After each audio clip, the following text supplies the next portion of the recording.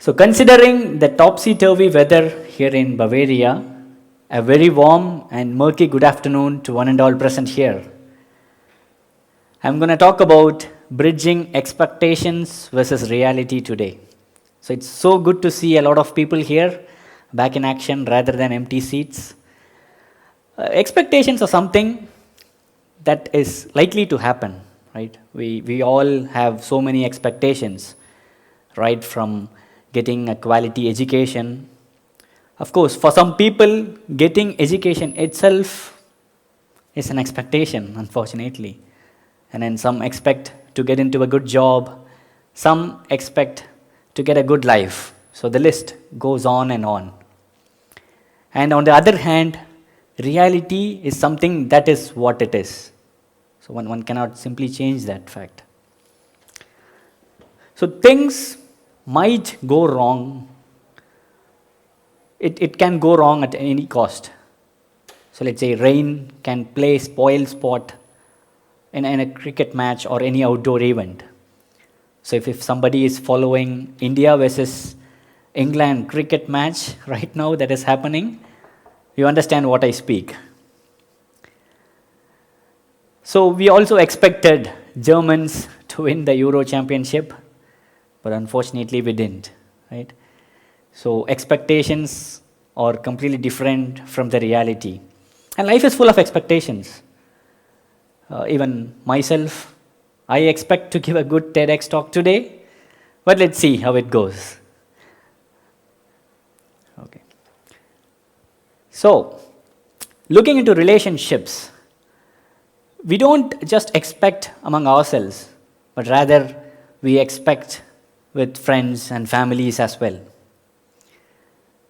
Even employer expects a lot from his employees in order to deliver in terms of his performances. So, I would say own your expectations. Have a guideline, stay there and do good. And it is also up to the other end as well. You should make sure that you get the expectations from the other end clear cut. So that saves a lot of energy. And there is an author, Jody Picoult.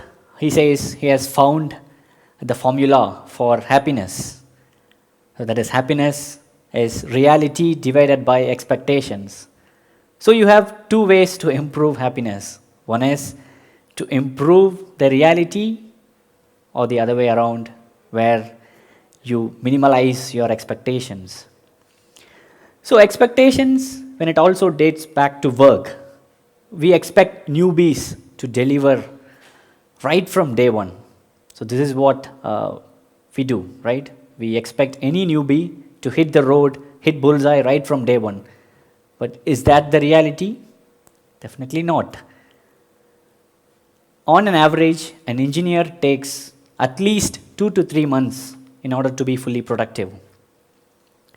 And then we expect people to work in business hours. Come on, during pandemic hours, what is this business hours, right? So we work all day, sometimes even all night, unfortunately. And some people say that you have to know something before you do certain things. But that's not the way. We somehow navigate through. We somehow do it. We learn by doing it. And there is a research saying that newlywed couples tend to increase their happiness in their next 4 years of marriage life. I mean, I'm not sure if there are any newlywed couples here, or at least to be newlywed couples in the future. And also, I'm not here to pinpoint my personal life here, because I recently had a girl baby, Inia, who is hopefully sleeping at home peacefully. So, there is also this research. Of course, I come from a data background, data analytics by profession, so I speak a lot about data. So this research comes from University of London, the Center of Gender and Sexuality's Research Center. They say that over 90% of young women use filters for uploading images onto social media.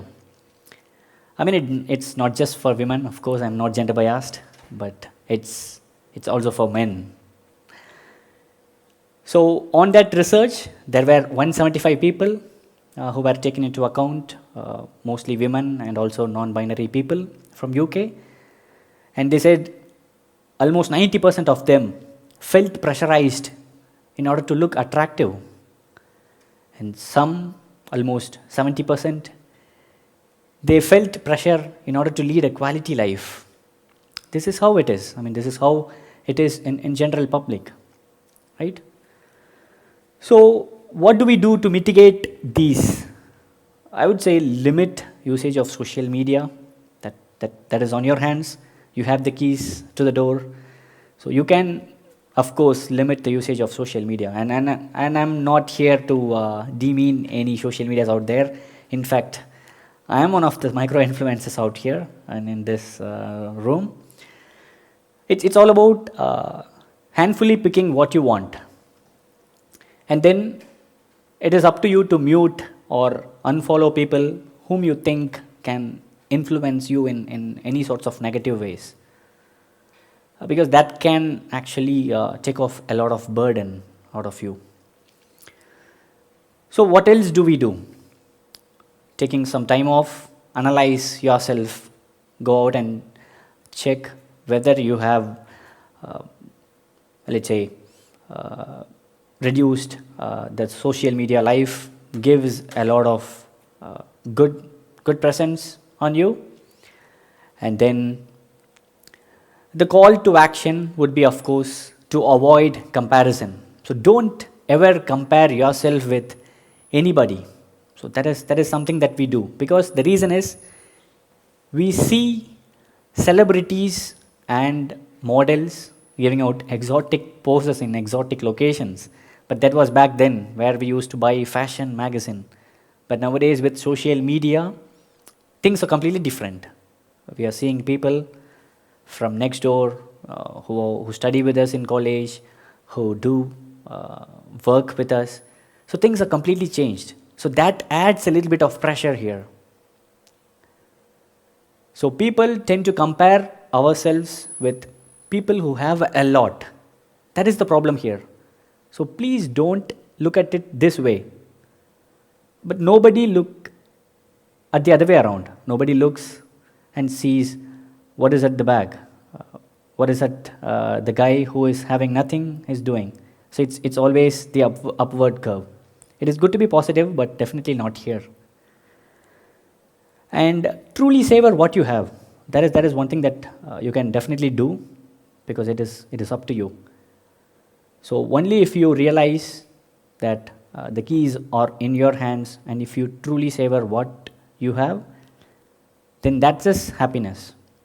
So you need to draw a line, like I said in the beginning. You need to draw a line between where you want to set expectations and what the reality is. Because sometimes if things go wrong, it brings a lot of disappointment and brings a lot of frustration amongst us.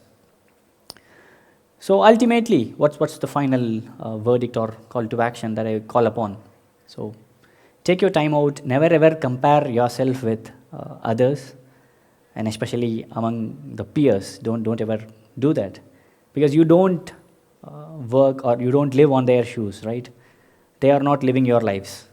So each and everybody's life is different, and even in terms of career growth, everybody has their own career path. So if you look at my graph, I was deciding to go into managerial role when I started my career graph, but then I ended up as founder of a blockchain analytics company. So things can go from zero to hero in a matter of time. So it's all about how we keep ourselves in balance. And with modern technologies, we are here to, let's say, even exceed expectations. Just recently, a couple of brilliant entrepreneurs, they reached the tip of the space, which was just an expectation in the past. And Germany being land of automotives, is seeing a lot of electric cars and self-driving cars in the recent times, which were again expectations in the past. So it's not that you cannot meet expectations, you cannot match expectations and reality, but it is the fact that we should have a balance and we should see what's ringing around. And pleasure again to be here. So thanks a lot, and Jai Hind, Nandri Vanakkam.